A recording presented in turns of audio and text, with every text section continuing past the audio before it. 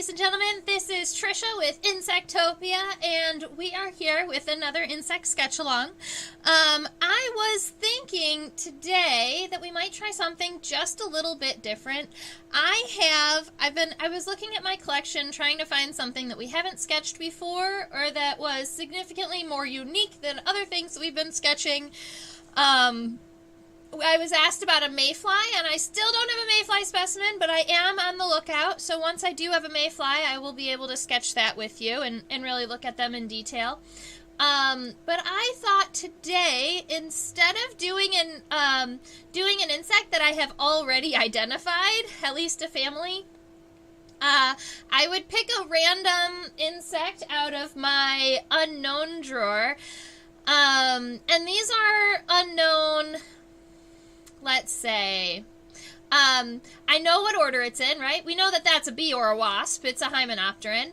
But I don't know that family just by eye, because I believe there are a couple of different things that it could be. So I thought today, instead of just starting off with sketching, we would start off with seeing if we can identify this guy to family, and if not, we can sketch him anyway, I was thinking, because he's still a beautiful specimen, and I love the shape of his abdomen, and we can talk about the segmentation, and we can really describe the specimen without even fully knowing what he is. But I thought that it could be fun to see if we could identify him together, at least down to family. So I pulled out my like checklist for hymenopterans, and I'm gonna just flip through it really quick, see if I can come up with a friend here.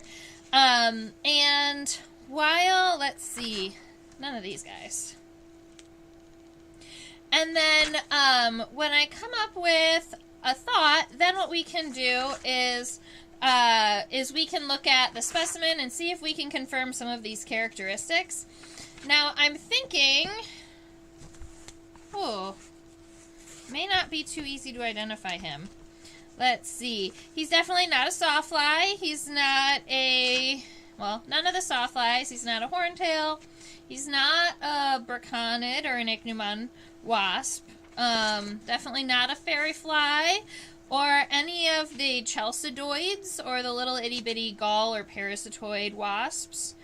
Not a pteromalid or a pelicinid. Pelicinids are actually really cool. They have these like long segmented abdomens. I guess you can look at these books too.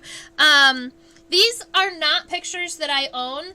These are pictures that I used as educational purposes. This is a cheat sheet that I made in college. And so if you see images, these are not pictures that I own. And so let's see. He's definitely not a cuckoo wasp or a sphesid. And I'm not thinking that he's a sweat bee or an andrenid bee or a leaf cutter bee. I have a family in the back of my head. Let me see about.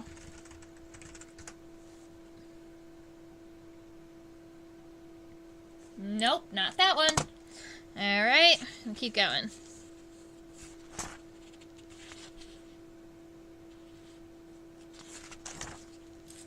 All right, so let's look at some wing venations.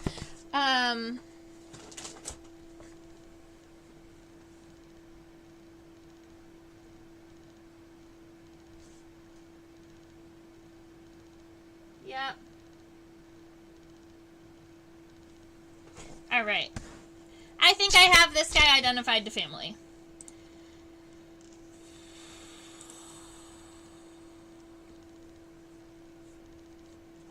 All right, so when we're looking at this specimen, I can tell you about how I identified it down to family. And the characteristic that I'm looking at to help me identify it is in the wing venation right here.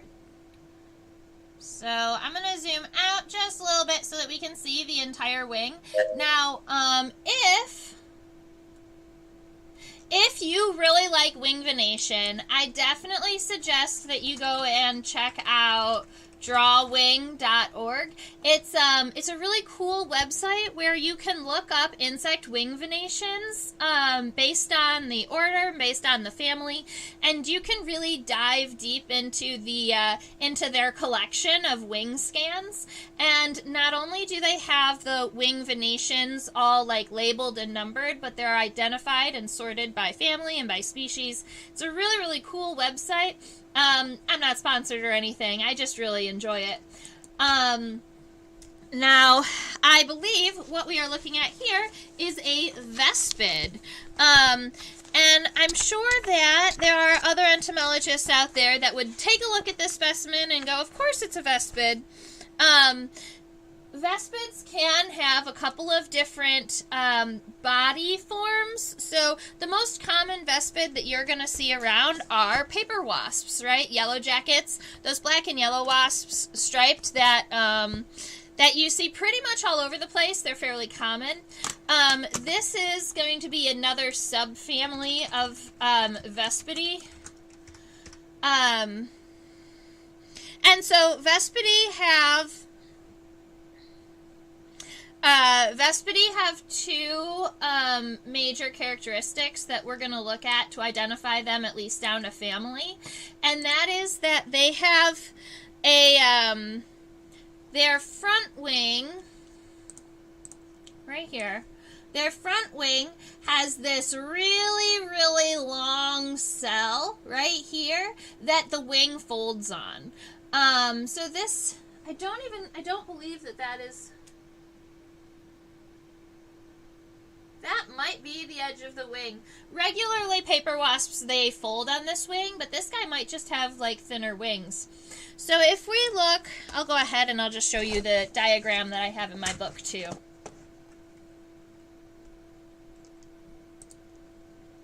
Oops. Where'd it go? There it is. Alright, so if we're looking at the wing venation of a vespid, Vespa is actually a type of wasp, if you wanted to know where they got their family name Vespidae. They generally are going to have their wings kind of folded lengthwise. It makes their wings look really, really thin. You can see that this highlighted cell right here is the cell that we're looking at. And when we look at our specimen, it looks like that whole bottom half of the wing doesn't exist. But I swear that it does. It just doesn't have very strong wing venation down there. And so when we look at the specimen again, we're going to notice that that you can almost see some wing venation behind this cell here. Now, the front wing, that's the FW, with a long 1M cell. So this cell right here is 1M, and it is incredibly long. It's also the cell that generally the wing folds on. The other characteristic that vespids have is that they have notched eyes. So when we look at the front of the head, you'll see that the eyes have these little notches where the antennae can connect into. So those two characteristics are going to kind of be our leading characteristics that tell us that, hey, we are working with a vespid. So let's go ahead and go back and look at this 1M cell here.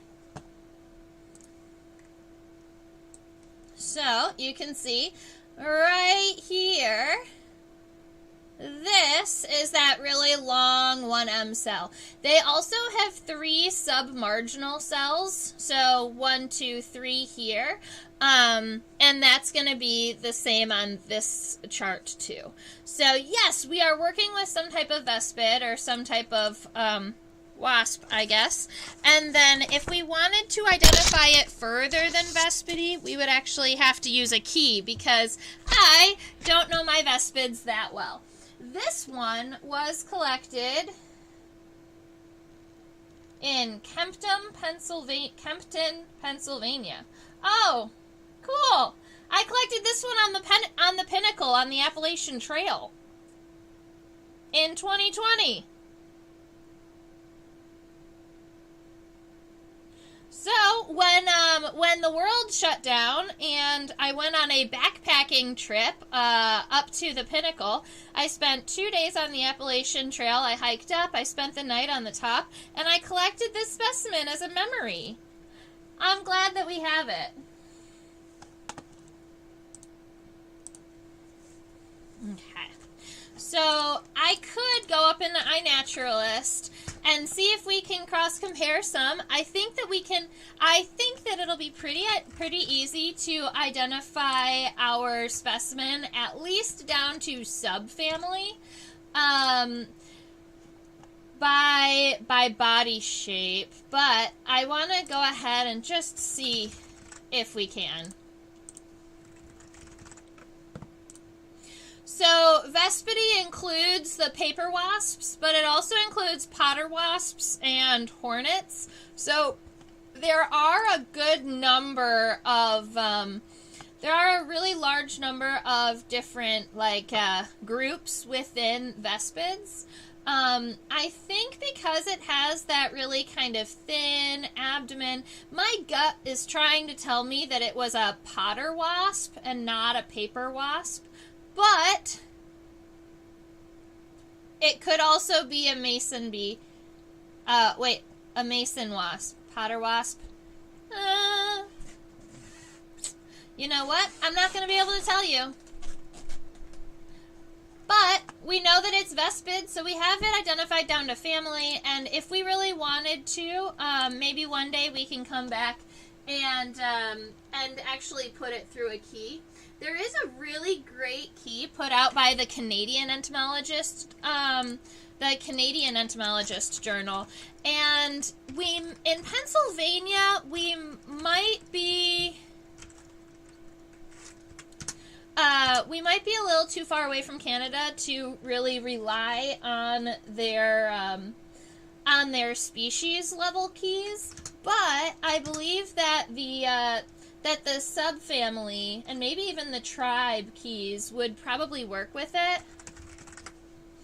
And one thing I really love about the Canadian Entomologist's Vespidi key is that it is a picture key. So it's really easy to use, and I'm finding it right now so that we can so that I can share the link for you. I do have a large, let's see, I have a large collection of virtual keys that I use.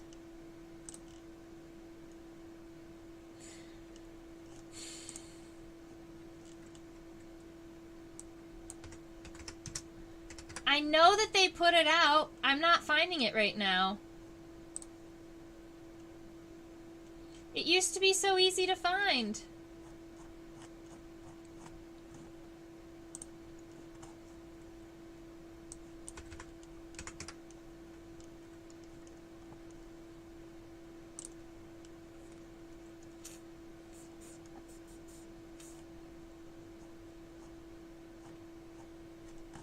No? Odd.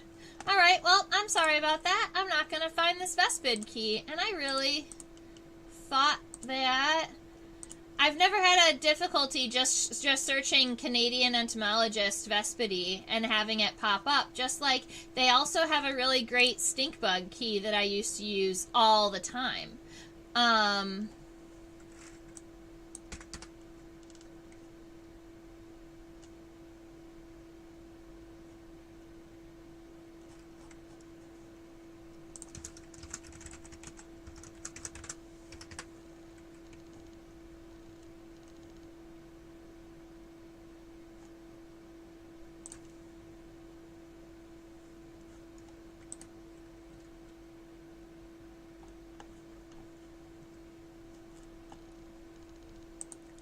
No.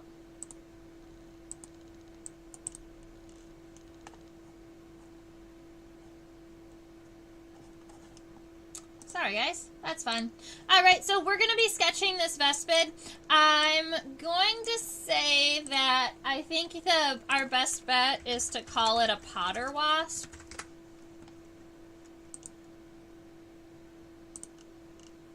And if Eric Eaton was here, he would be able to confirm if it was a potter wasp or not. But we are just a little bit short in our knowledge of this friend here. But I also believe that's why that I hadn't completely identified this one and put it with the other vespids yet, because I was not 100% 100% on that guy yet. But cool. We got him taken care of. So we're gonna call it a potter wasp.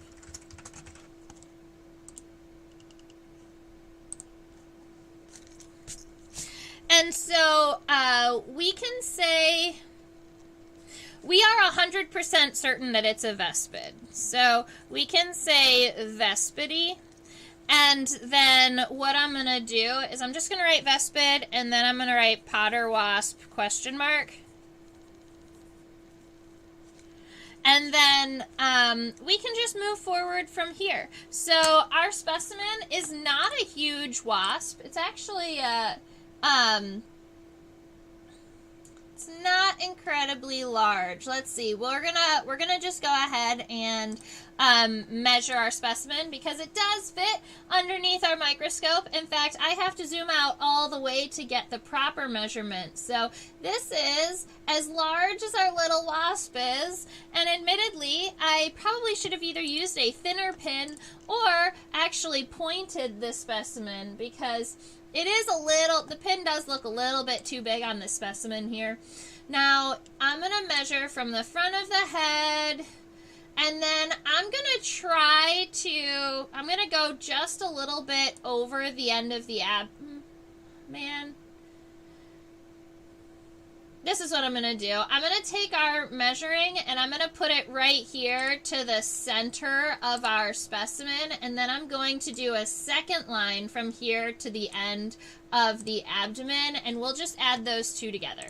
So our specimen, from the front of the head to the back of the abdomen, looks like it is 0.8 centimeters, or 0.6 on this first line, and then 0.2 on that second line. And so that might help you get a little bit of an idea on the length of our specimen here.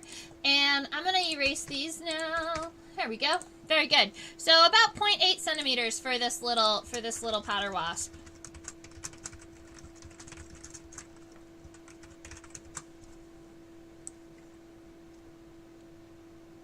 Potter wasps are really adorable. They use mud to create what look like little pots. They stick them onto like plant material, like leaves and stems, and they make their little homes, and they look like little pots. And their homes are not made of paper like other vespids. They actually make their nests out of mud. So they're going to be, chewing on and mixing sediment with their saliva and creating a paste that way, rather than using the wood pulp as the base for their paste. Now, on this specimen, I'm actually gonna go ahead and just turn my paper sideways because I want to see how big and detailed our specimen can get. Now, over here on the left, over here on the right, we're going to start our head, and then we're gonna sketch it through.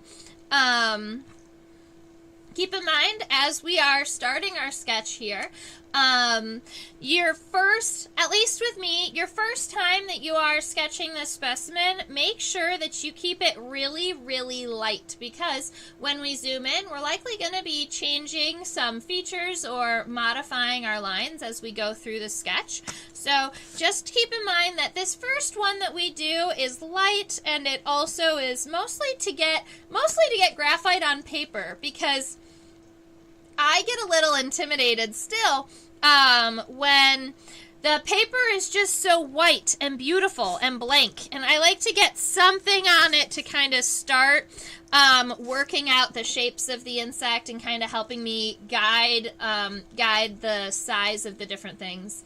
Now, I'm not going to completely straighten out this wasp's abdomen. I want to sketch it just the way that it is, because this is going to be a natural kind of pose for it. Now, I'm seeing all types of really interesting things happening on the end of the abdomen there, and honestly, I don't know what the names of those body parts are. They look like they could be mating, like reproductive type parts, but it also could be stinger stuff. So, when we zoom in, we're going to go ahead and talk about that. And keep in mind, I'm always learning. So if you guys notice something or want to point something out, you can always feel free to do that. And as we are going through, maybe we'll be able to gain enough information on our specimen here that we could identify it. That would be really awesome. I'm cross-comparing this specimen's markings and abdominal shape to other vespids that have been found in Pennsylvania. Aw, look how cute that one is. All right, and some of these have different markations on the tops of their thorax, and some of them look a little bit different. Ooh, might be a vertical potter's wasp. We'll have to look it up. It's gonna be fun. All right, so our head is going to be starting with a vertical line to the left, and then we're just going to round it out a little bit. Now, our potter wasp does have chewing mouth parts down here at the bottom.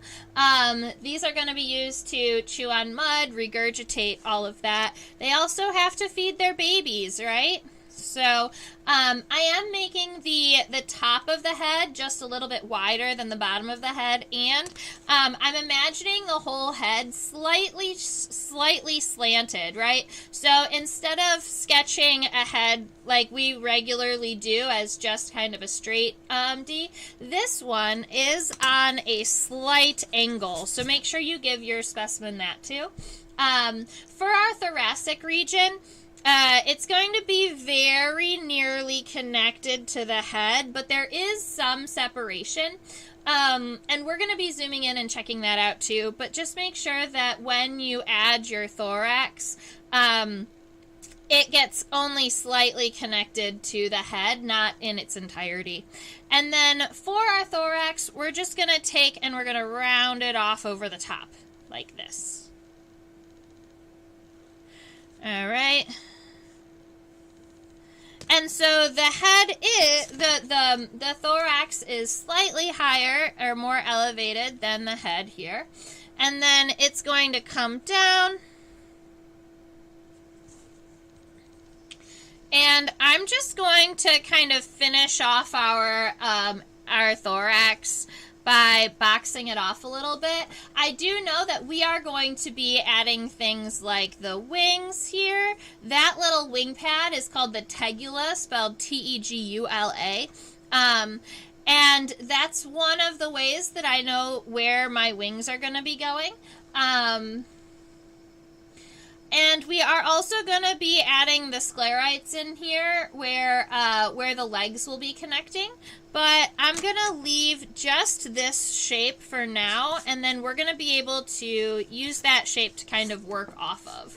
So we've got this nice hump that comes over the head, angles down, and then we're just going to finish it by crossing it off over here. Now, the abdominal shape is also a little different. The first segment, I believe, well, we might be changing this just a little bit, but I do believe that it has a wasp waist, so we're going to go ahead and give ourselves just a little segment here to annotate that wasp waist. And then you've got the second segment, first segment of the abdomen. And so you've got this larger segment, but then the next one is actually going to kind of start inside of that one, and then that segment is this next one, A2, is going to be where your sclerites really start to kind of overlap one another and kind of shingle with one another. And these ones don't have too much of a definition in between the segmentation. So what we're going to do is we're going to take, actually, I think that this one is going to be a little bit shorter. More like that. And then it's going to come out, get fairly large, and round down. So we're just going to take this and we're going to round it up and then all the way down to right around here. So we want it to be a little bit lower than the thorax. And then on our bottom line here, we're going to make it come up and we're going to tighten it. We're going to scoosh it up a little bit before it comes back down. And you see there's all of these really cool sclerites and openings on the end of the abdomen. So what we're going to do is we're just going to kind of open it up just like this. And I believe we've got two appendages here at the end that almost look like they're crossing one another. So I'm going to be leaving my sketch looking a little bit like this, and admittedly, that is going to be, that's going to actually be a pretty good way to, to start, I believe, and then we'll be able to add from there. Now, our wings, I'm just going to be doing the one because I don't want the wings to kind of overlap with one another and make the wing venation confusing. So I'm going to be taking this this guy right here, and I don't want it to go, you can lay your wing on top of your specimen if you'd like, but I want my wings to come up a little bit, kind of like the specimen is holding them here, because I want to make sure that I have that space to add the wing venation. Now, the wing is narrow at the base, and it does get a little bit wider towards the end, but it's not like bulbous. It stays pretty streamlined. And so that is going to be our specimen there for the wings. And then on our legs, I guess the question is, do we want to add the legs to our original, to our draft, to our first one? And I guess we can a little bit. So just to give you an idea of kind of where the legs are going to go, this is what I'm going to assume. And then when we zoom in, we'll see if we're right. So the first segment is the first pair of legs is going to be up here. We call those the pro legs. The meso legs, or the middle legs, are going to be probably right around here and then going backwards. And then the hind legs, I believe I see an expanded coxa that's going to come down like this, and then the femur, and then the tibia, and the tarsi. So our hind legs might actually have an additional little segment here at the base. The way that I sketched this one, it kind of overlapped our wasp waist, and I guess that's okay, but I'm hoping that I can adjust that just a little bit so it doesn't interact with that waist as much by making that coxa just a little bit longer and pulling the hind leg back a little bit. I think that doesn't look as realistic. Darn it. Alright, well, it is what it is. If an insect is, sometimes when I want an insect to sit one way and it refuses, it's because that's just not the natural pose for the specimen. So that's all right. That gives us a really good starting frame for our specimen here. And so I hope that you are all right about here in your sketching process, and we'll be able to really get started. Excited to zoom in now. Oh, ow. Do any of you ever wear a blanket and an earbud at the same time? Because every now and again, when I move, especially if I'm wearing a blanket, my earbud shocks me in the ear.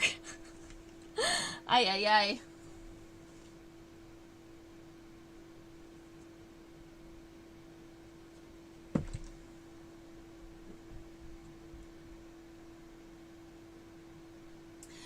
right, so I wanted to just, we're going to be taking that out now. I wanted to just show this to you really quick before we really got started, and that was the other characteristic that Vespids have. They have these notches on their eyes. So you can see right around here, there is this notch. Admittedly, in some Vespids, the antennae are closer to the notch. This Vespid has its antennae almost centered in its head, and it's got that really cute little yellow square up there. So it does have these compound eyes. You can also see that it has 3 ocelli, or 3 simple eyes, right here in the front center of its head. And I do want to, I'm just going to angle it a little bit stronger so that we can see about the mouth parts, because I'm curious too. Looks like we're going to have to actually completely flip it upside down.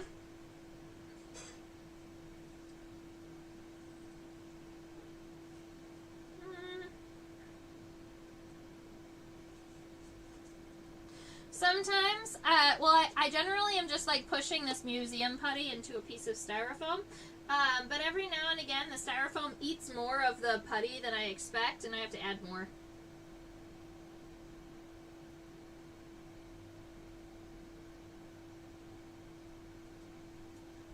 There we go. Oh, look at how cute he is!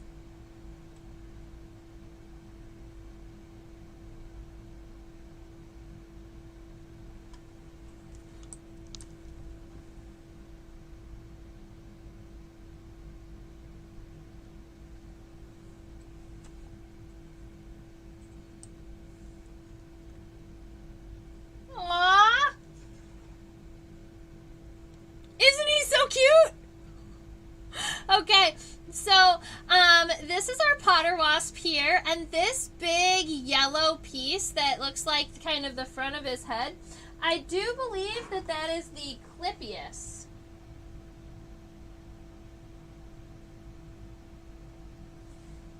Where's my wasps book?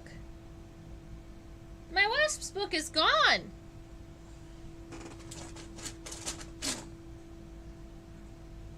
Ah.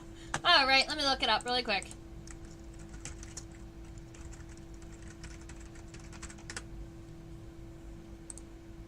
Yes. Yeah, I would be right. That is the Clypeus.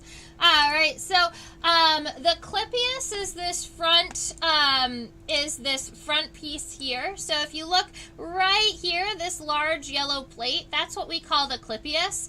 And then up here on kind of the forehead of the insect is called the frons, F-R-O-N-S, if you are curious. Now, this segment right here and this piece right here, those are the chewing mandibles. All right, and so when we're looking at this specimen, it does have chewing mandibles. It should also have a labrum and a labium and palps and those types of things, but they're a little bit more difficult to see because this Clypeus is fairly expanded. So I believe that if you really wanted to find the labrum or the upper lip, you would probably have to look underneath the Clypeus. And so that's not realistic, and generally they'll just use the Clypeus as for their characteristics rather than talking even much about the labrum. So we'll use the Clypeus as characteristics. We'll talk about the mandibles, and look at those cute little compound eyes. Let's see. I love the designs in compound eyes in general, and the more I look at them, the more I wonder about them, because you can see that there is some type of design or some type of pattern within the compound eyes, and I wonder if it's like that when they're alive or if that's something that happens after they pass. And if it is something that is there when they're alive, I wonder if it's like ability to see different shades or different colors, or if it has something to do with like or if the individual ommatidia have different focal levels or focal points. I'm curious. And I think curiosity makes a good entomologist.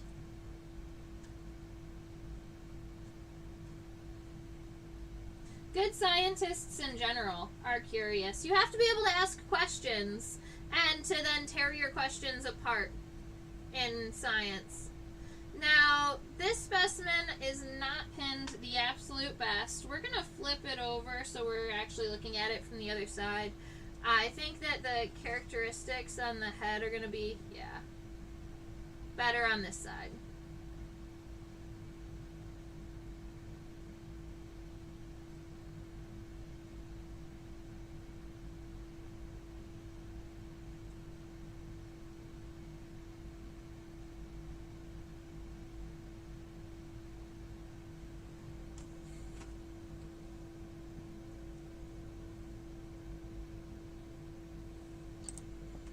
See, it looks like my specimen, I pinned it in the right place through the top of the body, but then it didn't come down straight. I must have, I don't know what happened, ladies and gentlemen. Sometimes pinning doesn't go as smoothly as you want it to.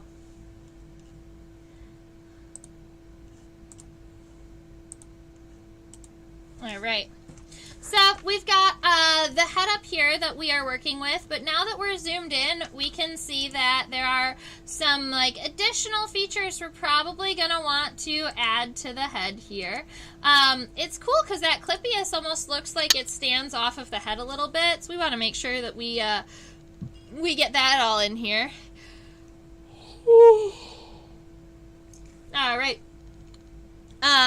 I'm seeing that the head is at this angle, but the eye is kind of straight, which is interesting to me. So what we're going to do is I'm going to start with the back of the eye here, or the side of the compound eye that is closer to the thorax. So right around here, and I'm just going to make it probably, well, most of the head. So something along those lines.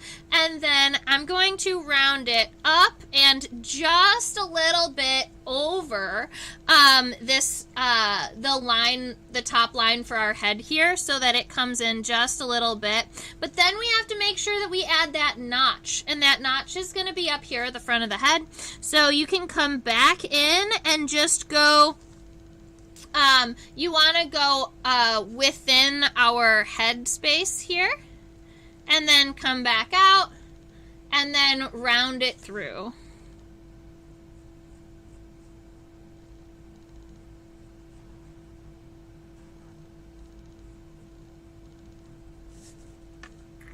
So, something like that. That's going to give us the shape of our compound eye. Now, with our cute little potter wasp here, he has that guy, but now I'm noticing that the maybe the eye needs to be just a little bit narrower at the bottom. Yeah. Keep the eye fairly narrow at the bottom. Don't make it too bulbous over the edge of the head on the bottom, because we're going to be adding that clypeus in there, and I want to make sure that that doesn't get lost in translation. So here we go. Next line I think that is gonna be easiest for me is to get the top of the head and the back of the head figured out, at least to behind the compound eye here. So starting actually right around where we have it, I'm pretty happy with this shape here. And our head does have a pretty strong angle at the back of it, so I'm okay with kind of just following through with that angle here. And now we have a compound eye with a notch. We, from a lateral point of view, cannot see the 3 ocelli, but there are 3 ocelli right there. You can annotate it if you wanted. When we were looking at that side, you could have sketched those. That is totally up to you. Now, right here in front of the compound eye, we are going to be, let's go ahead and add where the antennae are going to be coming out. So the antennae come out after that notch here. So insect antennae have 3 segments. They have the scape, the pedicel, and the flagellum. The scape is this first one. It tends to be longer and rectangular in many antennal types. So our antenna is going to be coming out from underneath that. Oh, you know what? We're going to fix this first. We need to add the outside of the head before we add the antenna, because that notch isn't just a notch in the head. That is actually, there is head there. So we're going to close that off here. And we're actually going to, instead of just closing it off and ending at the notch, we're going to go and angle it just a little bit, like the littlest ittiest bit outside of that eye there, and create a shelf. All right, so we've got this little shelf here. I'm going to go ahead and put my sketch on a book so that you're a little bit closer to my camera. All right, so we've got that shelf there, and that shelf is also what we're going to use to be creating our clypeus, or that yellow guy coming down here. So from here, we're going to round it out, but not very strongly. We're just going to round it out just a little bit, so we've got a clypeus here. And then the center of the clypeus actually is like a W shape, and you can see that from this angle. I'm not sure if that is super obvious naturally from a lateral point of view. I think that that's something that would be a lot more significant when you're drawing the specimen from head on. All right, now the clypeus also is going to be connected to right around here on our compound eye. So what I want to do is just take this line here and kind of angle it out, and then I'm trying to find a happy equilibrium between this straight line coming down and this angle coming out. It's going to look a little bit like that. So that right there, ladies and gentlemen, is the clypeus, spelled C-L-Y-P-E-U-S, if you would like to put that on your sketch. The next segment down that you can see is actually the mandibles. And those mandibles are almost kind of like angled down. So what we're going to do is we're going to start right here at the base of the clypeus, where the clypeus touches the compound eye, and we're going to angle them down. Kind of like this. And you know what? I'm going just a little bit past where I imagined the head to be. That's okay. The bottom side of the mandibles, I believe that segment does go most of the way up to the compound eye, but it looks like it's dark a little bit. So what I'm going to do is I'm going to create a little line that comes down this way and then add the rest of our mandibles. All right, so that's where we have our mandible happening. Now, we also have maxillary and all types of other like mouth part pieces happening here. But what I'm going to do is we're going to create this line here is going to give us the mandible on the other side, and I'm going to leave the rest of those palps alone. That would get very, very complicated very, very quickly.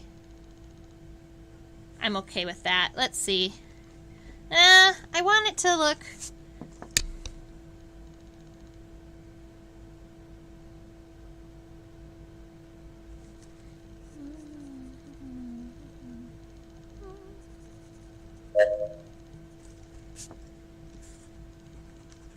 Alright, so I think that what I'm doing is just shortening up the head a little bit. I think that I made it a little bit too large, and I'm trying to kind of reshape this head just a little bit to give me the space to work within. We have the maxillary that's down here, and then we also have a labium, and so you can give it almost three. You've got the mandible, the maxilla, and the labium, and that is going to be fairly realistic for mouth parts from what we know. And then there are also palps coming off of there, but I'm okay with just leaving that. That's fine. All right, so I'm going to come back into my compound eye, and I'm going to add a little bit of cross-hatching to show all of those really unique individual, ommatidia. And then we have the antenna. And the antennae are not connected to the clypeus. The antennae are connected up here on the frons. So right here, it's going to be, that's what happened. The frons isn't long enough. The clypeus is too high.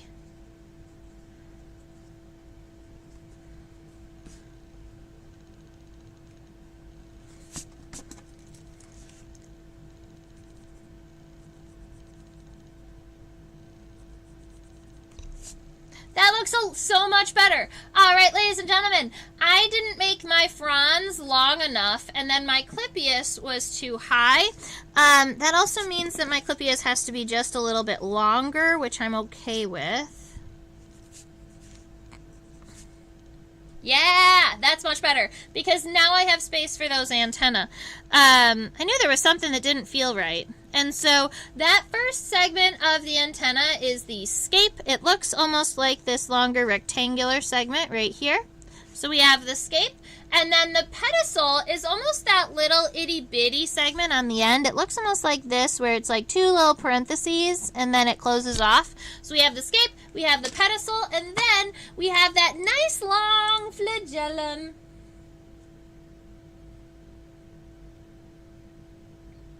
Oh, specimen, don't go running away. Stay with me.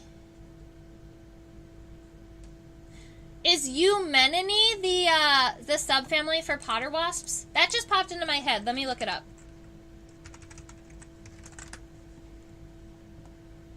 Yes.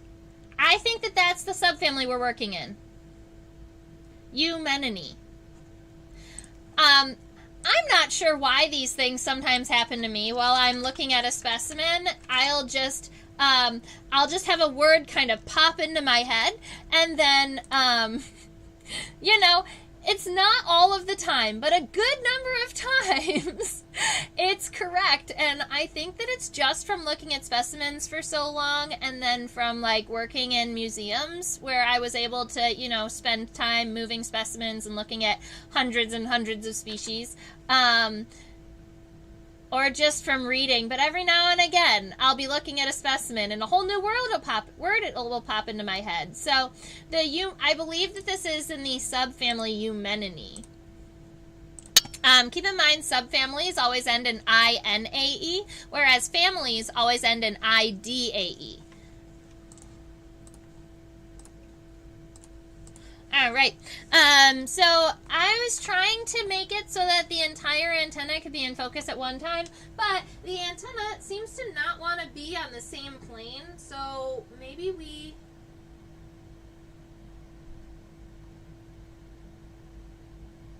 we rotate the specimen. This will work.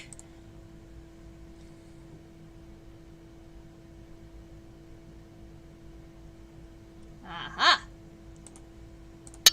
All right, so this gives you a good look at the antennal segments. So you have the scape and the pedicel. You can see that those are both unique segments. And then the flagellum is this nice long wee. And it's 1, 2, 3, 4, 5, 6, 7, 8, 9 segments long. So the entire antennal length is 11 segments. I feel like the last time I sketched a vespid, it also had 11 antennal segments. Give me a minute. I have to go and check now. I just recently sketched another vespid with another class, I believe.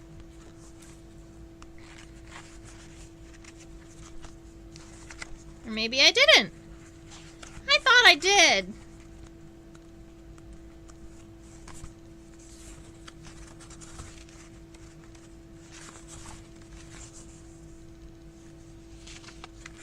Oh, we were talking about vespids in that class. We must have counted them. We must have counted them then. That day was March 18th. That was yesterday. Yesterday I talked about vespids in my weekly insect studies class, and I believe this vespid that we sketched had 11 antennal segments. I wonder if that is similar. Oh, hey, and I've now sketched this borer twice, and I'm much happier with the second time I sketched it than the first time, but we're always improving, so that's great. Let's see. I'm going to get back to our specimen now. Oh, man. There's so many good memories in these books. Okay. Watch me get distracted by myself. Alright, so we have 9 segments that we're adding here to the end of our antenna. And the antenna length is actually fairly long. If you compare the antennae to the rest of the body, let's see, we're going to be right around... I'm going to fix that. That was bad. All right. So we're going to go loop. Yep. Yep, so around there. This potter wasp is going to have fairly long antenna. Generally, vespids are going to have what we call geniculate antenna, where they've got their first scape is really long, and then the flagellum makes a 90-degree angle. I'm not seeing that with this specimen. I would almost call these antennae filiform. I wasn't happy the first time I sketched that line because it wasn't wide enough. I want the base of the flagellum to be, what I'm going to do is do them individual segments now. So we're going to go 1, and I want the first one to stay about as wide as the scape here, but then as I'm building up, the segments are going to get shorter, but they're also going to get wider, right? So 1, 2, 3, 4, 5,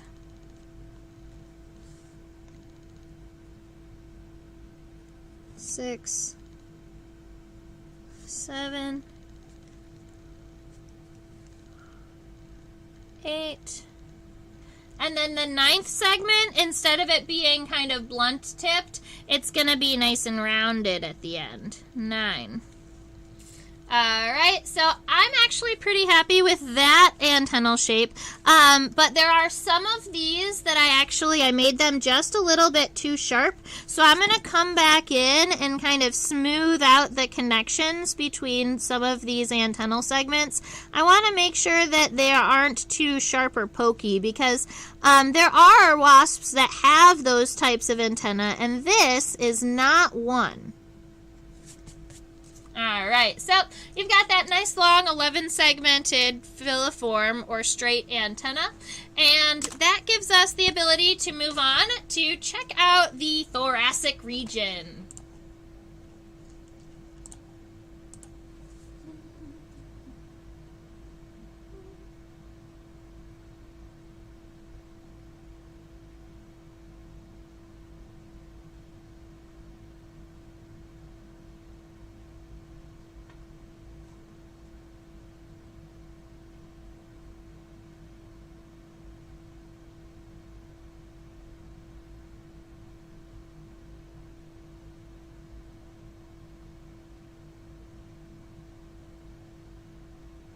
Alright, there are a couple of things that I am seeing that I wanted to point out to you as we are moving through our specimen here.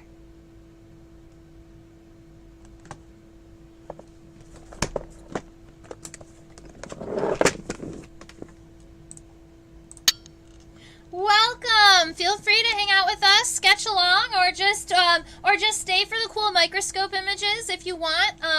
And always feel free to, if you subscribe, then you can chat with me in the chat box over there. We can talk about bugs and hiking.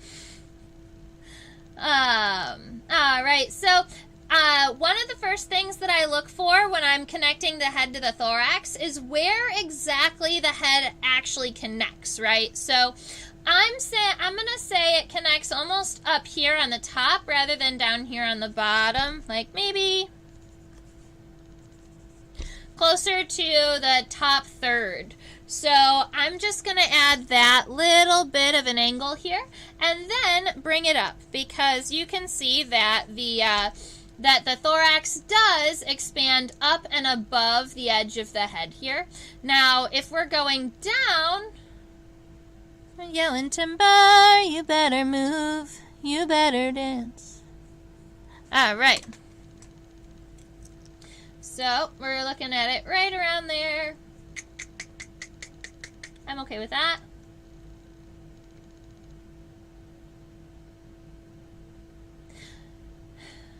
All right. Takes me a minute. I have not drawn this specimen before, and I love drawing firsts with you guys because it helps me kind of talk through things. Plus, I have as much time with you as I would like, whereas when I teach classes, I have 45 minutes to do the entire sketch. So doing these actually helps me if I know what I'm going to be doing in my illustration class. Sometimes I'll choose an insect that I'm going to be drawing a little bit later in the week for like a practice run. All right, so here we are. That's our top third, our bottom third, and our thorax kind of angles away from the head just a little bit. But I'm trying to see where that front leg connects. That's where my hesitancy is, if you're feeling my hesitancy. Ah. Okay. Ooh. I'm trying to take my microscope right off the shelf. All right, so I'm not going to make this as wide of a space in between here. There is a space, but we're going to keep it fairly narrow, more like this. And then our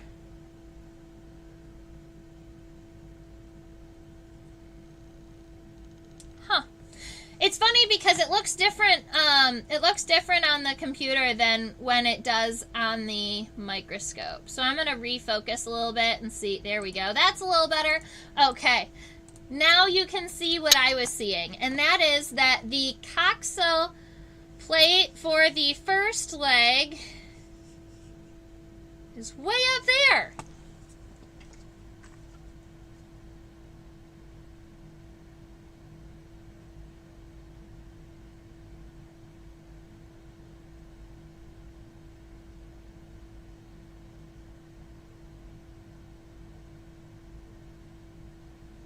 So this wasp seems to be kind of hugging itself.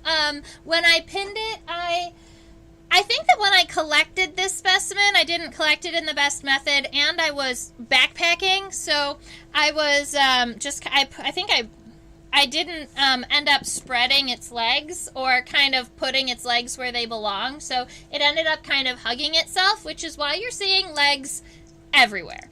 But we're looking around here, and we're gonna just get this going.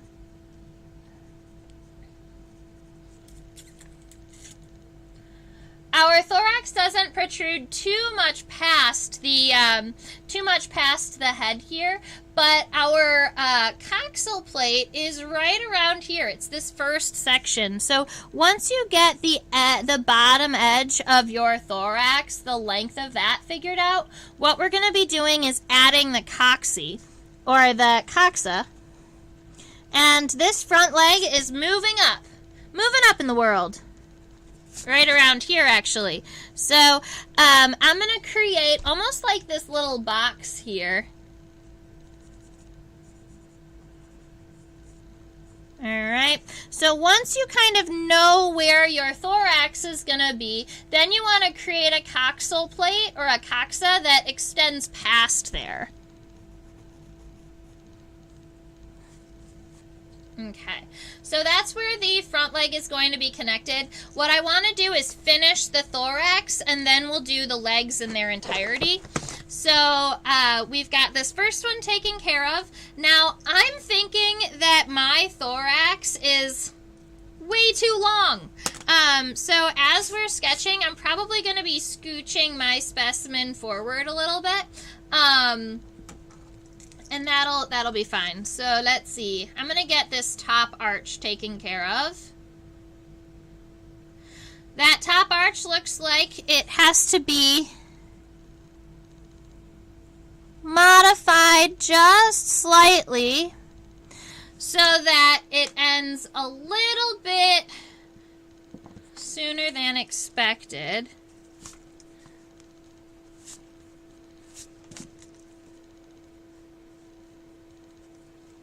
Yeah, I'm happy with that.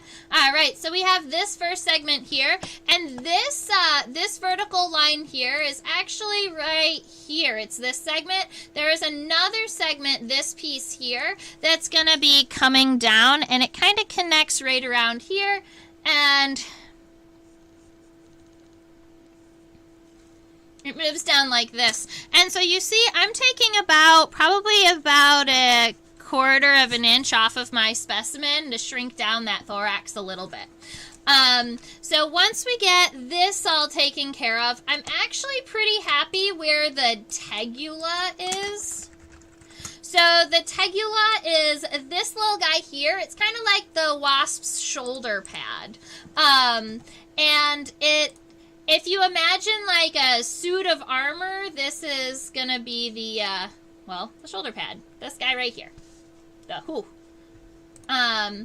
And you can see from here, it's rounded on the top, kind of flat on. It's kind of eyeball shaped, isn't it? It's kind of cool. So instead of it being, I had sketched it kind of D-shaped, and this guy is actually going to be more eyeball-like. So we're going to arch it on the top, and then on the bottom, just a little bit stronger. And that's our tegula. And then our wings are actually going to be connecting underneath them and then coming up. And I'm going to change the angle of the wing just a little bit to take into consideration the change in our thorax. So here we are. It's going to be something like that. I moved it back just an itty bitty bit. All right, so that gives us our thorax. The top of the thorax, this little doodad here. Alrighty.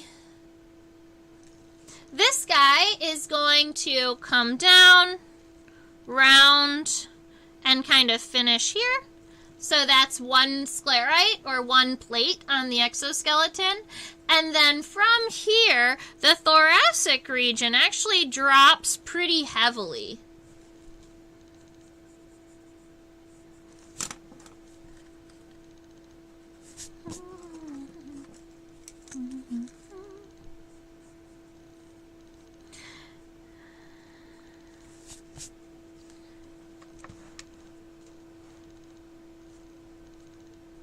Okay, yep, I'm happy with that. All right, so we've got this drop-off happening. Now, I do believe right around here where this sclerite hits the second one, there is a little bit of a separation, so I'm just going to make it just a little bit wider here to give that the appearance of that separation. And then we're going to come on down. That's where our wasp waist is going to happen. And I'm going to bring it in just a little bit. Now this is where the legs, the middle and the hind legs are going to be connected, are down here. And admittedly, I didn't, I put these off to last because I want to change the focus a little bit so we can see the base of the legs a little bit better. Here we are.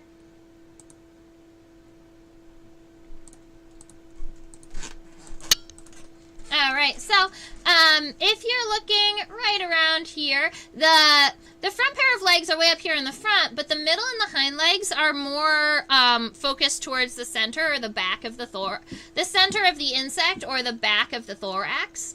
And you'll notice that those cocci, or those hip bones, are extended down. So that first segment of the leg that you're seeing is not the femur. It's actually the coxa. So let's see. We're going to come here, and we're going to go...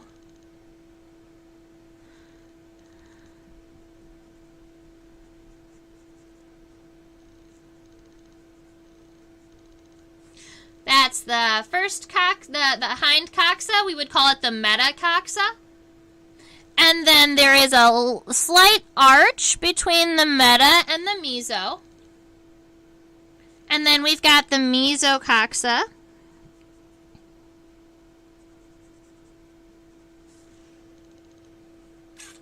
And then we can kind of round out the bottom of this body here.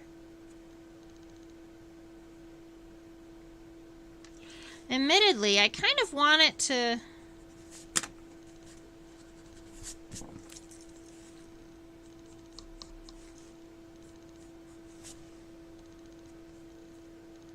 All right, so that's, I think, what we're seeing is that the thorax, once it's going to stay down for a while, but then it doesn't connect down here to the almost the bottom of the coxa. It actually kind of swirls up and connects up here to the top. And so each one of these coxa are protruding away from the body, but this first one doesn't look like it's protruding as much because because of the body shape. All right, now there is a whole bunch happening in here. I do believe you've got individual sclerites, but I am unable to see some of those details just because the specimen is a little darker. You do know that there is a pro, a meso, and a meta, so there are supposed to be 3 segments in here. But I'm actually going to just leave our specimen like this. I'm pretty happy with that.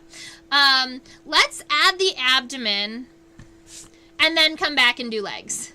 Yeah, let's do that.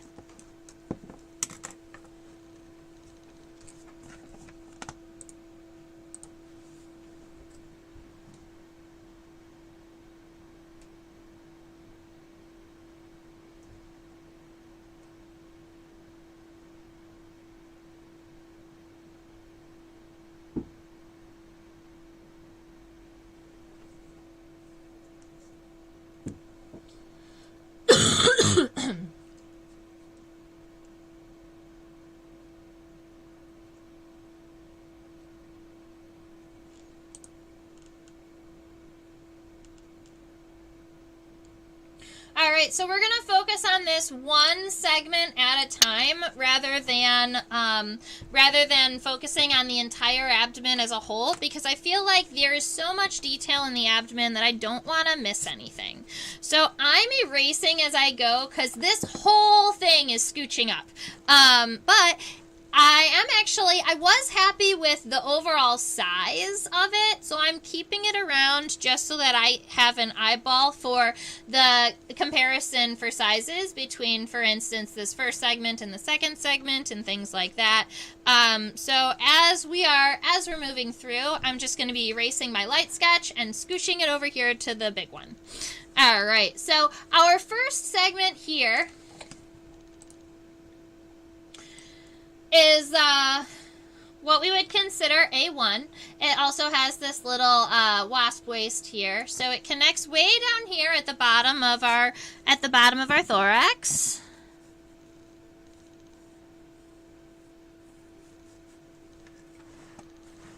All right.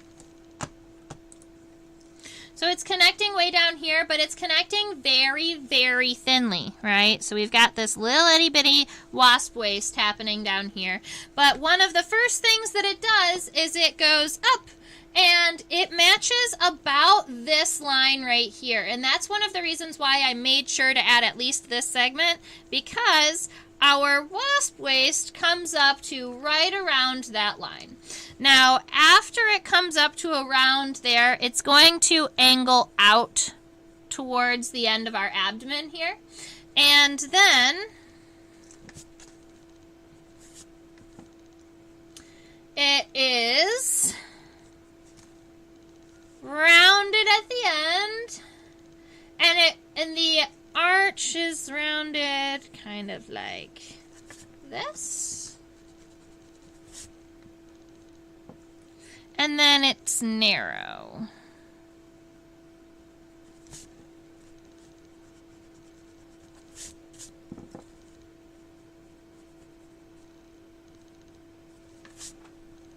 All right, so this is the shape that we are aiming for. So I also think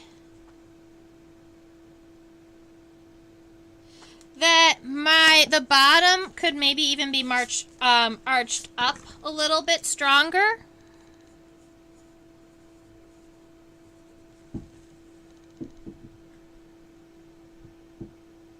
Yeah, I'm happier with that. And then once you get to the end here, I'm actually going to arch this out just a little bit stronger too.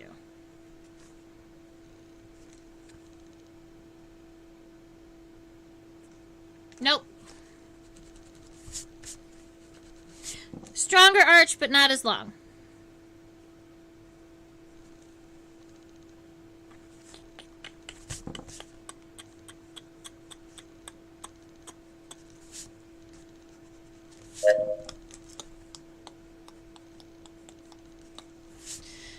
Cool. All right, so that's where I'm going to be leaving this specimen here. So I think that this is nice and thin. We're coming up. There is a little bit of a, it's very angulate here, and I was trying to get that to come across in the sketch where it comes up and then it angles. And it's kind of also curved around. It's a really interesting segmentation right here, and I think that there's definitely some shadowing that people better than I could do that would kind of help with this very kind of boxy segment here. There's part of me that wants. I think that it has to do with yes. That's better. I just needed this angle down here to be a little bit stronger, I think. That looks a lot better. Okay. So we have this first segment taken care of. Now I am going to go ahead and add the little bit of the yellow versus black here because the coloration on our Potter Wasp does help with the identification process. And so if it's going to help, my general rule of thumb is if it's going to help with identification, then I want it to be in the image.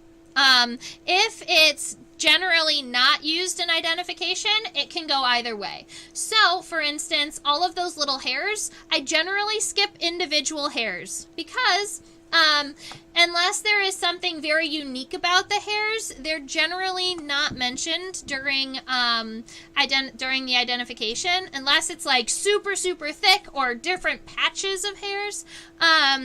Versus like the colorations on Vespids are definitely a help for identification.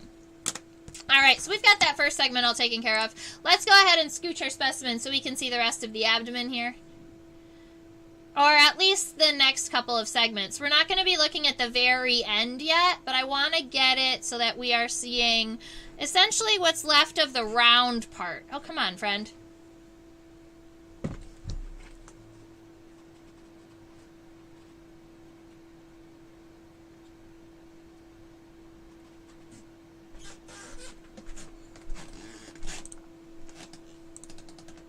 All right, so this is the next portion of our abdomen that I want to look at. This doesn't cover all of this craziness happening at the end, but it does help us see most of the rest of the abdominal segments. We're gonna write Potter Wasp, Eumenine on here, just in case somebody joins us and was curious about what we're sketching. He's so cute. He's so cute. Okay. All right. So now we've got that first segment all taken care of. I think that one was the trickiest, and we're going to be able to add the rest of them fairly smoothly. So what I'm going to do is erase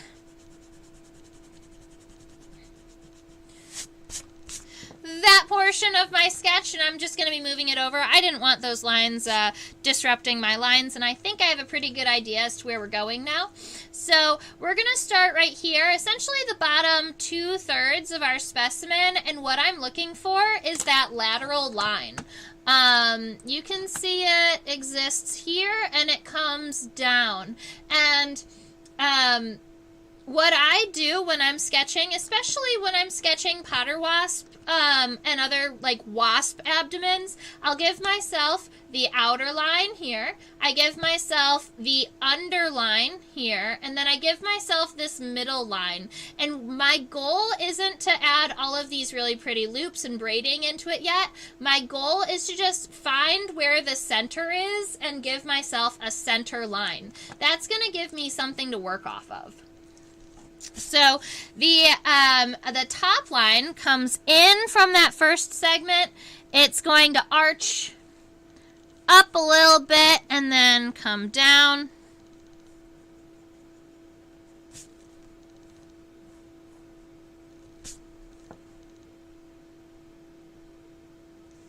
Okay, I'm pretty happy with that. You know what? I'm just going to erase the rest of this abdomen. It's going to be in the way. All right, so I've got that nice light line here, and now I'm going to be doing the bottom line. Notice that the bottom line doesn't just arch out automatically. There's a little bit of a thin region here, so you can give yourself almost like this little arch going up before you come out and you make it bulbous. And you want it to get bulbous, but then narrow at the end. But we're not going to be connecting those because there's really interesting things happening down here at the end. So we've got the bottom of our abdomen and the top of our abdomen. And now what I want to add is that center line. And keep in mind, it's not way up here. All right, it's not actually even centered in between the dorsal, the top, and the ventral on the bottom. It's probably closer to the bottom than the top, and it starts way down here.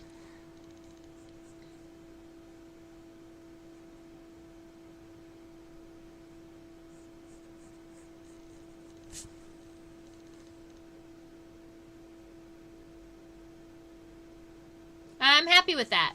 All right. So that is about where our line is going to be. That helps us keep that's going to help us keep our center. Now, we have to count how many segments this is. So we've got 1, 2, 3, 4. And then this is 5, and 5 is not in our sketch yet. We're just going to do the first 4. So this A2, which is this first big one here, is going to be definitely our largest segment. And so we want to get an idea of where that's going. And that's probably right around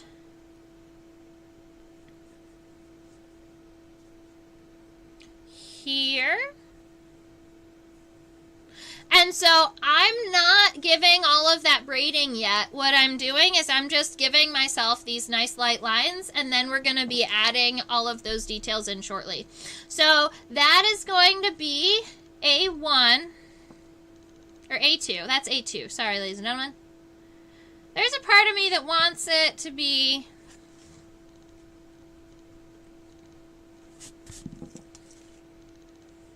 I'm not going to go past the top, I don't think. Yes, I am. But I'm going to angle it this way. That's better. So that lateral line, as I'm sketching and giving my eyeball, that lateral line is also going to be kind of like a point to me, and we're going towards it each time. All right, so that's A2. A3 is very thin.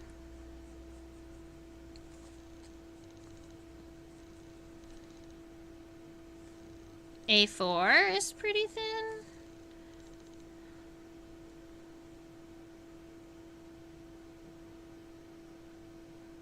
And then I5 is just a little bit thicker.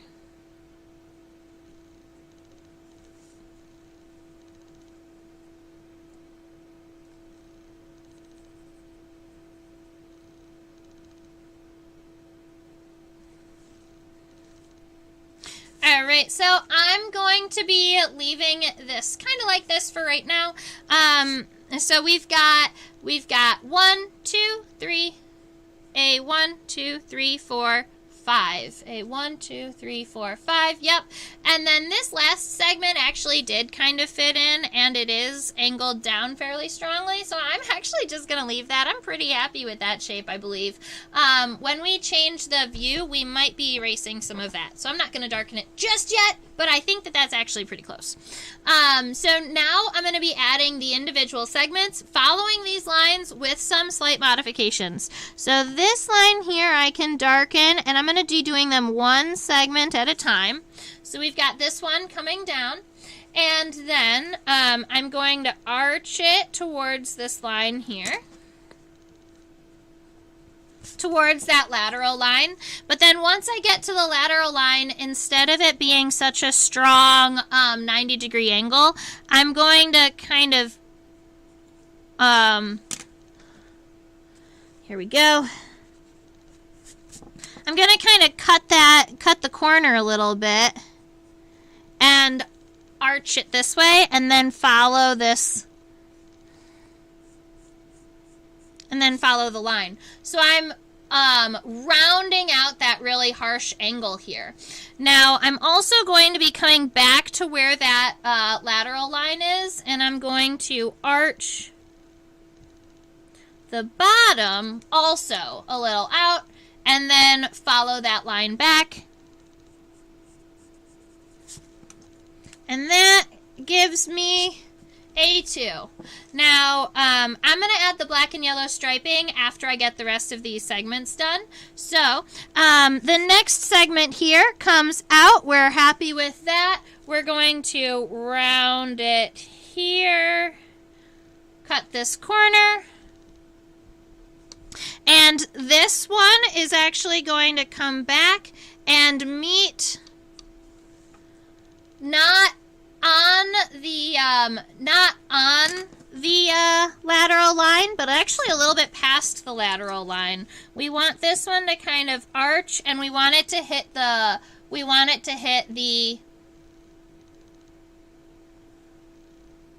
sternite.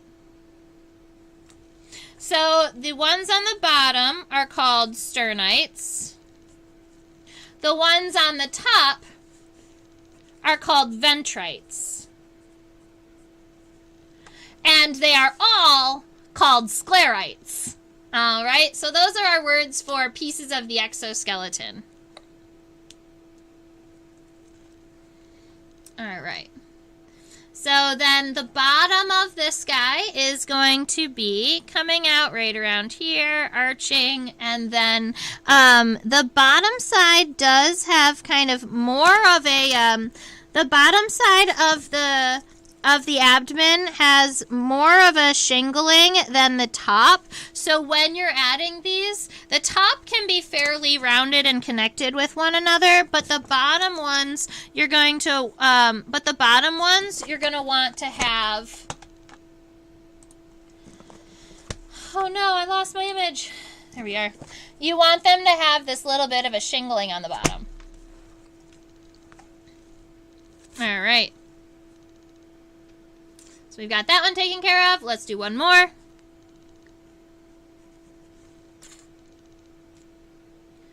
This one also, we're going to bring it out, and then we are connecting it down past that middle line, and we're connecting it to the sternite, coming back up to where this line is, arching out, and then making sure that you leave that little bit of a step here on the bottoms. And then we're going to go one more time. And this next one is a little bit larger than the previous two, so that's fine. And it comes down, it meets that sternite. And it's actually, it arches a lot further down, actually, like this.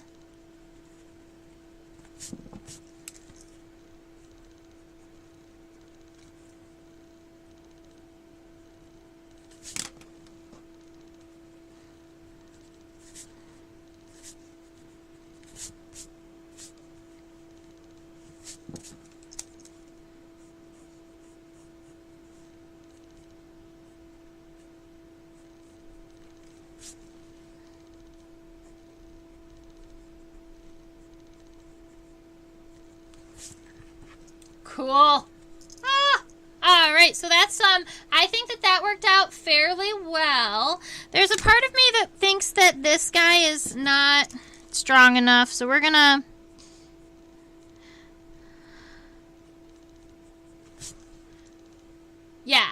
fix that just a little bit. I'm happy with that. And then I want this bottom one to arch just a little bit more away from it. Yeah, that's better. All right, so now I'm going to come back in and I'm adding some lighter lines so that I know where the black and yellow striping is. We can see that it's only on kind of the ends of the segments here. So we've got that yellow guy there, this one right here, this one, and then this last one,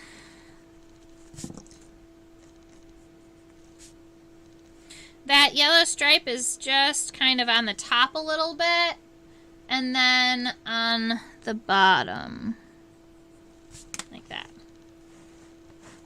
All right. Now we get to move to the end of the abdomen, and the end of the abdomen is very, very unique. I've never sketched anything like this. We're going to have to see what it is.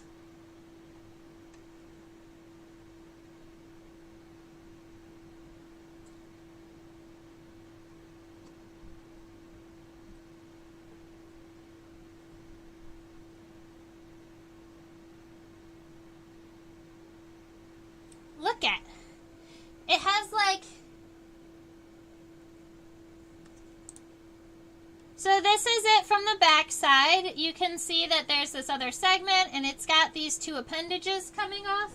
When we look at it from a lateral point of view, which is how we're going to be sketching it, we're only going to be seeing one of those appendages coming off.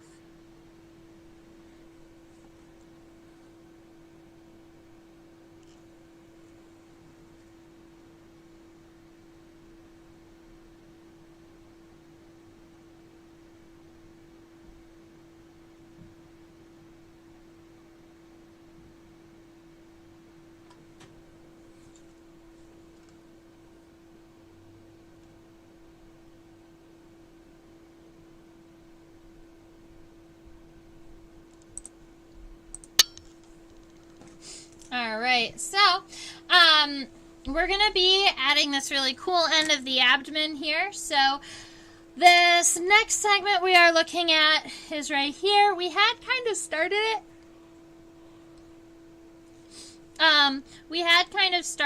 But we didn't darken it, and I think I'm going to be changing it up just a little bit, so I'm going to erase it. Our wasp is so cool! Okay. Alright, so this segment comes down fairly strongly, like so. Man, I need a better angle.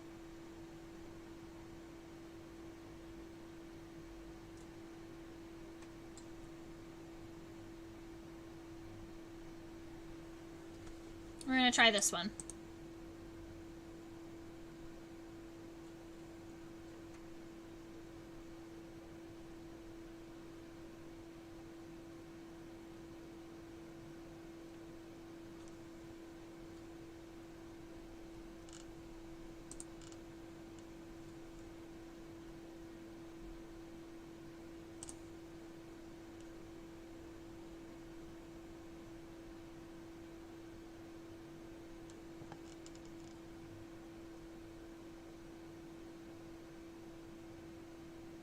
All right, I think that this is going to be the best we can do.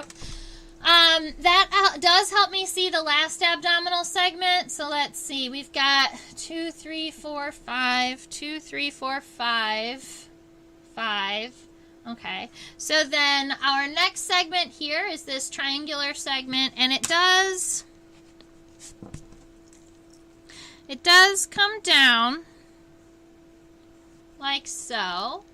And then it's going to come over and almost connect. No, it's smaller.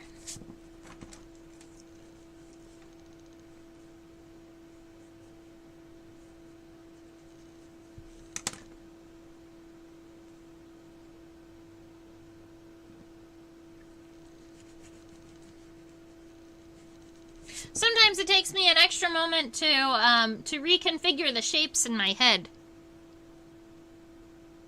So what we're going to do is we're going to start on the bottom rather than the top. So we've got this line that's coming through, and then the bottom comes down like this. I would say that's pretty accurate. So it's going to be coming down like this. And I'm going to do a nice light outline this first time so that, because I've lost my first outline, right? So I think that's what's happening here, is I don't have that shape to work off of. So we've got this guy coming down, and then we're going to say this one, I'm just giving myself a shape to work within.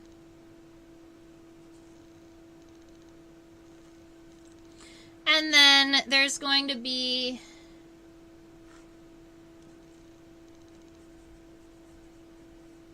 a shape that kind of comes out like this.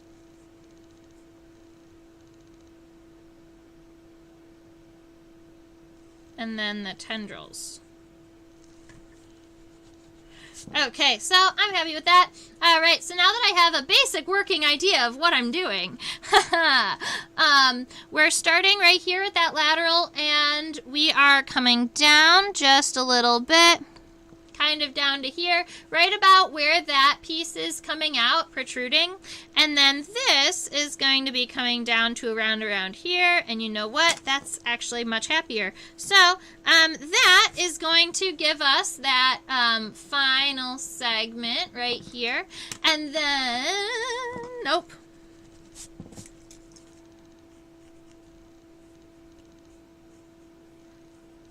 Yes.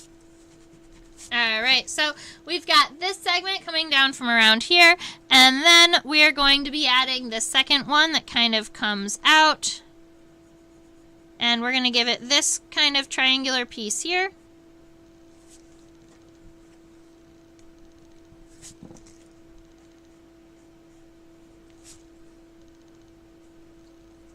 And then the bottom,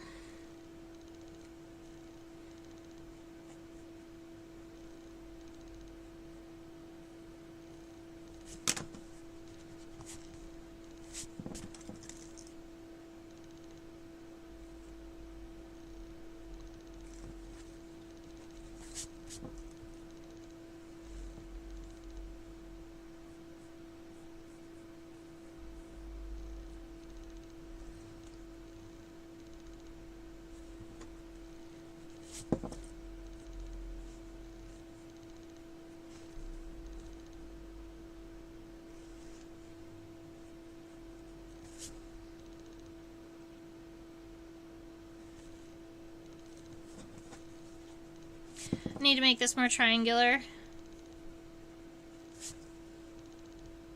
Yes. Okay, I'm getting somewhere. So what I imagined is adding this next segment, and we've got the top and the bottom. So we have to do this piece here, and then you want to add the bottom segment. But this bottom one right here, it has this like little bitty odd whoop in here before it comes down, and so we've got that taken care of.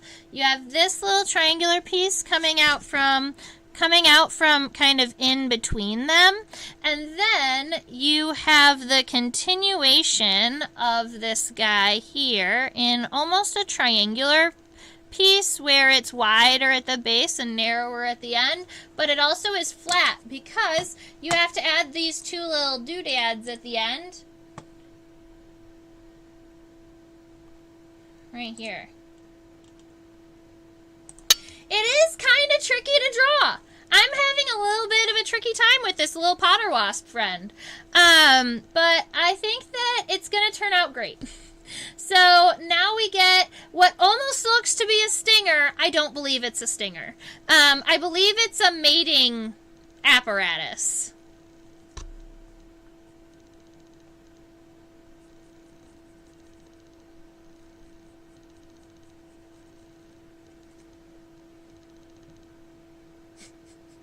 Yep.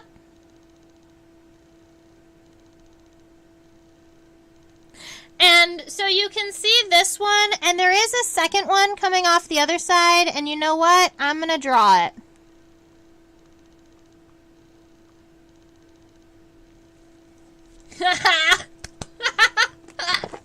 Oh, that's so cool. Oh, I'm so happy. Okay. Whew. Wow, the abdomen. That took a minute. So, we've got the head, the thorax, we've got the abdomen. We have this really cool apparatus happening. We haven't even started the legs yet, ladies and gentlemen. We are an hour and 40 minutes into this class. And we didn't do the wings yet either, so it's going to be a minute. We might be able to get this done in the next 20 minutes is my guess. So let's go ahead and let's see. Legs or wings? Legs or wings? Sewing Nancy, what do you think? Legs or wings next?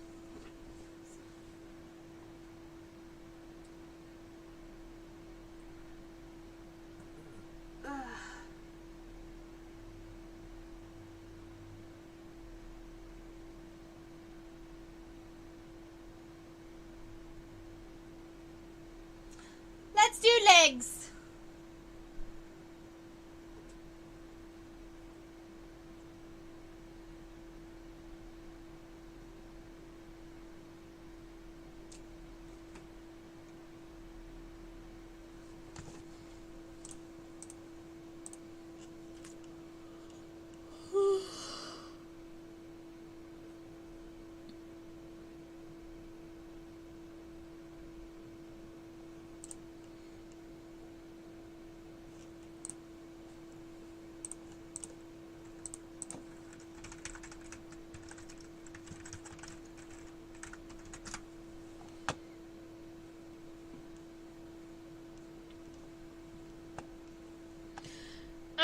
So I was just seeing about what the tarsal formula for these guys are, but I am not seeing a very super quick answer, so we're just going to be counting today.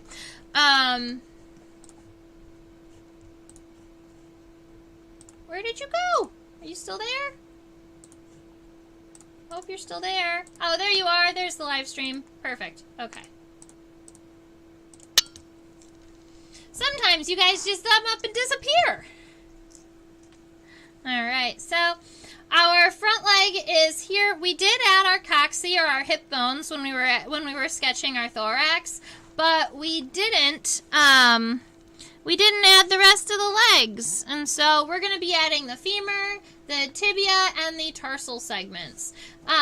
You'll notice that the legs are all like mishmashed everywhere, but I'm going to go ahead and show you. This is the leg we're going to start with. The femur starts around here, comes up to this point. The tibia comes down to right around here, and then we have tarsal segments. 1, 2, 3, 4, I believe 5. Let me get that guy out of the way so I can do it with my mouse.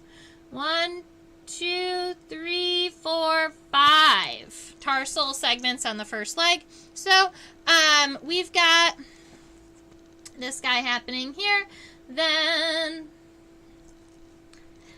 the femur is actually going to be coming up, and I want the femur to go up towards the... I don't want it to be going back like this one is. It should be going forward. So I'm going to put my femur, you know what? I'm actually going to do it down rather than up. That's what I'm going to do. I'm going to make it so that the wasp is flying. So when they fly, they're going to hold they're going to kind of dangle their legs while they're flying. And so that way we don't have to mess with the head. So our femur is going to be kind of hanging. Actually, I'm going to put it down like this. Oh, it's going to be so cool. Okay, this will be good. All right, so our femur is going to be coming in like this. And then our tibia is going to be coming back.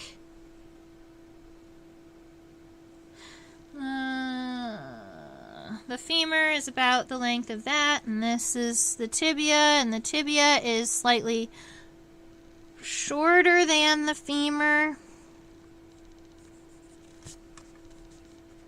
Alright, so we've got the coxa, the femur, the tibia, and then the tarsal segments. Now the tarsal segments are going to be going out like this. Like this. Like this. Yeah, okay. So sometimes I will kind of give myself some like starter lines just to see how I like the angles before I start sketching them. And I'm pretty happy with this angle here.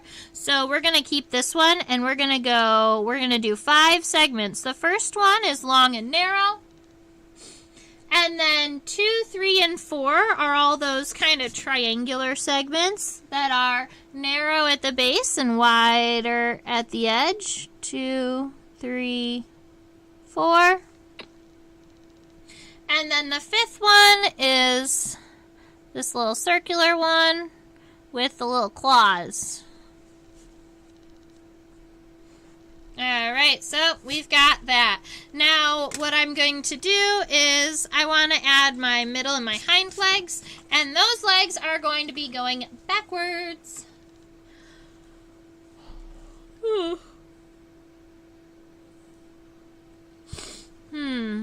So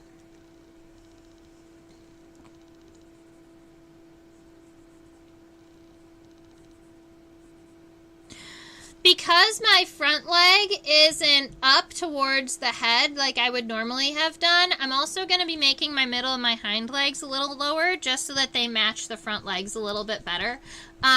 The femurs, instead of being, I have my femurs pretty narrow, but in reality they're a little bit wider. So like narrow in the base, and then they almost get like, they look like they're muscular almost.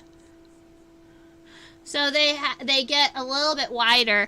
And then the tibia is, keep in mind, shorter than the femur. Alright, and then we have these tarsal segments. And there are 5, and they are fairly long, actually. The first tarsal segment is about as long as the tibia. And then you've got 2, 3, 4, 5. And the claw. Alright, and we're going to go one more time. And this guy right here, it's actually going to angle up just a little bit. And the femur does get a little bit wider, just like the middle one.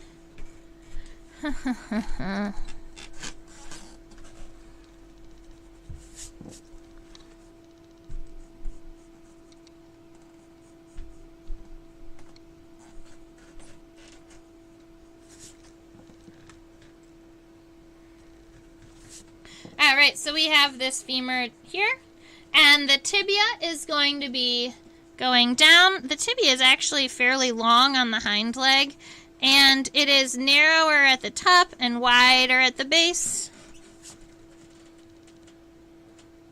And then our tarsal segments are really long. When we're doing the metatarsi, the tarsi on the hind legs, that's what we're looking at right here.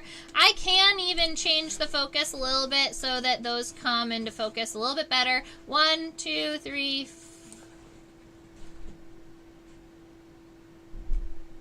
5. 1, 2, 3, 4, 5. Yeah. So the hind leg still has 5 tarsal segments. 1, 2, 3,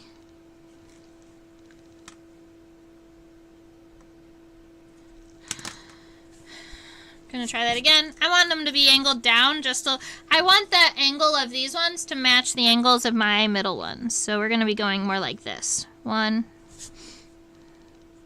2, 3, 4, 5. Nope. First one is nice and long. The second one is about half of that.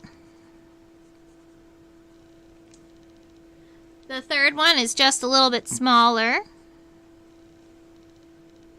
The fourth one is about half that. And then the fifth one is itty bitty tiny. And the claw.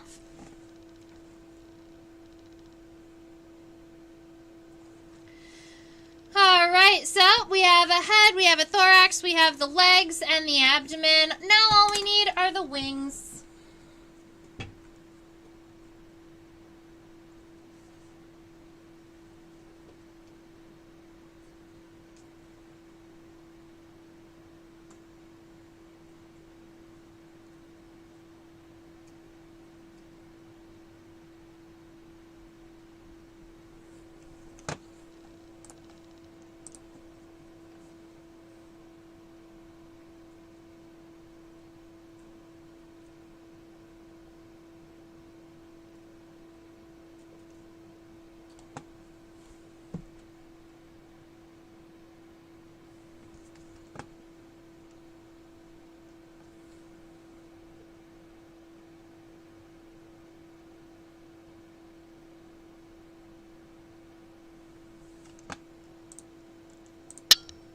Okay, so now we can see our wing venation here. I'm pretty happy with the angle of the wing even on our microscope versus on our paper. So what I'm going to do is we're just going to start and we're going to get this outer line taken care of. This is the coastal vein or the strongest vein in the wing. It's this first one here. It's really thick, blah, blah, blah. Keep in mind that this I sketched fairly straight just to give ourselves an idea of length and width, but we're going to notice that there's a stigma and it's right around here. And so you can give yourself a nice kind of a very light line there. And what we're going to do is from that point, from here to where the wing is, that's not going to be just a straight line. It's going to arch down just a little bit.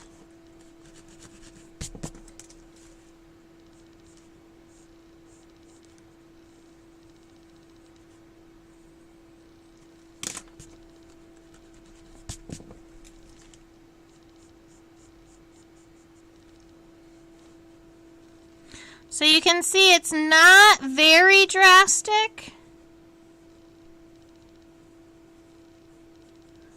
but it's not just a basic straight line. All right, so then once we get up to that stigma or that darker point, that's actually a turning point, and we're going to be then angling the wing and pointing it just a little bit here. So we're kind of cutting off the tip here.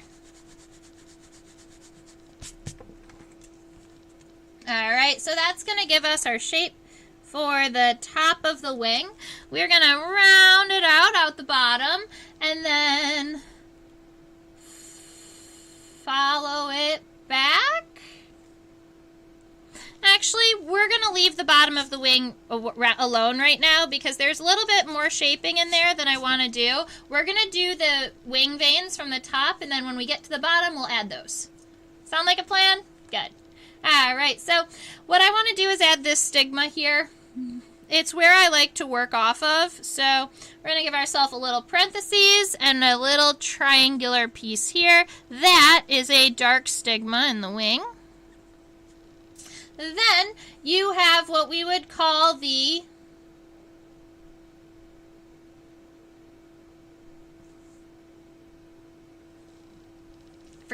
Sorry, guys. You have this final cell here, and it's going to kind of round them off like so.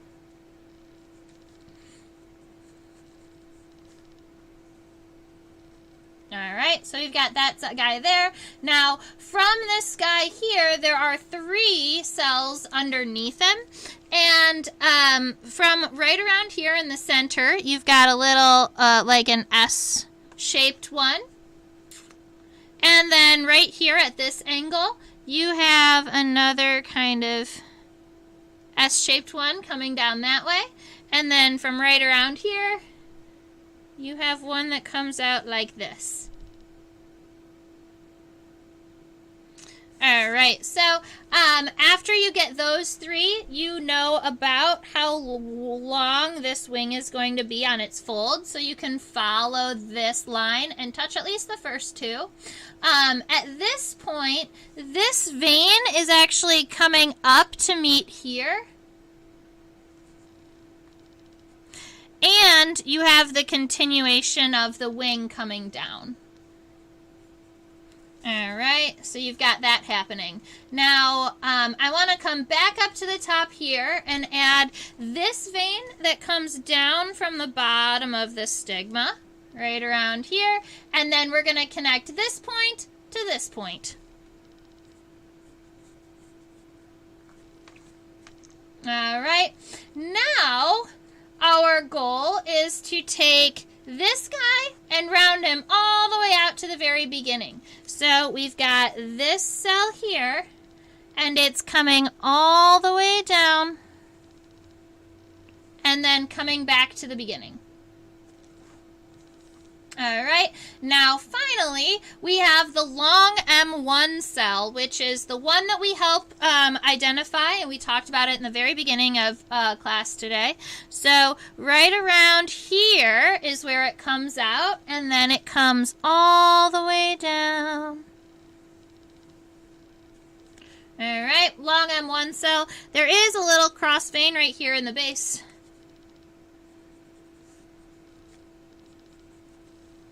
And that is going to be our wing. Admittedly, I think that we could even put a little bit of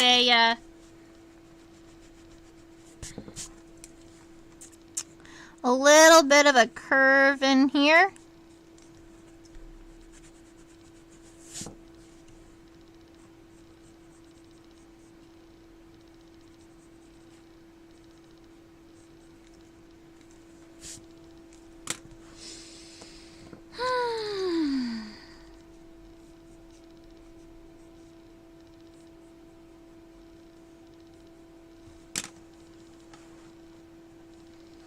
Wow. What an adventure this Potter Wasp has been.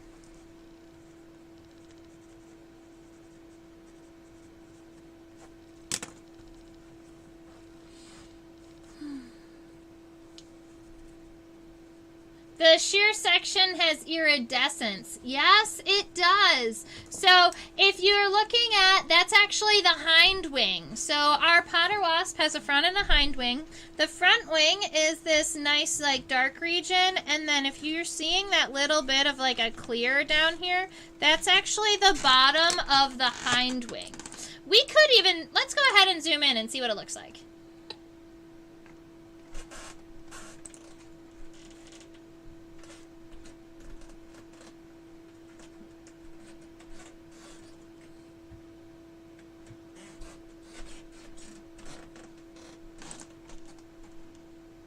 Yeah, really, really pretty. There are also those individual seedy or those individual little hairs on the wings. Some people would spend time kind of sketching all of those in or dotting them in. I'm going to leave it alone. I am actually pretty happy with our sketch today. Yay! I'm sorry, I'm yawning a whole lot. I got a lot of sleep. I must be kind of tired though. So, this live stream has been about 2 hours. It took us about 2 hours to do this little friend here, but I'm happy that we got the opportunity to really spend time with this little guy, and now I can put him with the other Vespids, because now he's identified. Because I pulled him out of my unidentified Hymenopteron drawer today. So that's kind of exciting that I can put him with the other Vespids. Although he is a Potter Wasp and not a Paper Wasp. So he has slightly different body characteristics and a body shape and different life history, but he's in the same family, just a different subfamily. So they belong in the same box until I have enough of them that I can separate them into their own individual trays. Cool, cool, cool. Alright, so I'm going to go ahead and enter our closer here. Oh, I'm all the way over there. Okay. Okay, very good. Alright, so this is what my sketch looks like today. I hope that you have had an enjoyable time sketching with me, and I hope that you've learned something a little bit about either Vespids or Potter Wasps, and their identification, or a little bit about their life histories. I think we covered a good amount of things today. I do teach classes on OutSchool. I actually last night was able to finally post my class on insect pinning and insect mounting. So if you know a student in your life that is 9 to 12 or 13 and older, and they're working on an insect collection, whether that be for a class or for a 4-H competition, I am willing to help them build their collection and do and teach them how to make professional insect labels and mount their specimens properly so that at the end they have not only a collection they can be proud of, but a collection that they could donate to a local museum. And how cool is it to have your labels with your name on them in collections around the state? I just think that's so cool. So feel free to go ahead and check out my OutSchool. There's a link in the doobly-doo below. There's a link in the description box, and that is and that will actually take you to my classes. And if you're a first-time person on OutSchool, it will give you $20 towards a class. So you can take your first insect pinning class with me for free using that link. Make sure that you subscribe to my YouTube channel. I put out live streams every Thursday at 10 p.m. Eastern and Sunday at 4 p.m. Eastern. They tend to range between an hour and 2 hours, or as long as I feel like talking and drawing with you guys. Did I say where I collected it? Yes, this specimen was collected on the Appalachian Trail in 2020. When I went backpacking out on the Appalachian Trail after the world disappeared, I collected this specimen as a memory. So that's where it's from. And I think that was in like May of 2020. So nobody was back to work yet. Everybody was staying away from everybody. And I decided might as well go backpack out in the woods. This over here is a link to my PayPal if you would like to, if you've learned something today and you want to share a couple of dollars or donate to my YouTube channel, donate to Insectopia. It's always super duper appreciated. And right around here, that's my email address. If you want to reach out to me, if you want to share your what you sketched today or things that you've learned, or if you see a really cool bug and you just want to email me a picture of a bug, or you want to identify a bug, or if you have a garden and you're like, ooh, I wonder if this is a good bug or a bad bug, you can send me a picture and I will help you out because I love talking to people about bugs. That's the moral of the story. So if you're looking for me on Instagram, I am at Insectopia2015. That's also my tag. That's also my tag on Facebook, and so that was the year I was established. Unfortunately, there was already an Insectopia out there, and if we get big enough, we can take it back. That's the plan. Take back Insectopia. All right, so I hope you all have a wonderful rest of your day. I'm going to be signing off here now. Thank you so much for those of you who have been hanging out with me and sketching with me and chatting with me in the chat box. Have a wonderful rest of your week, and stay buggy. Bye.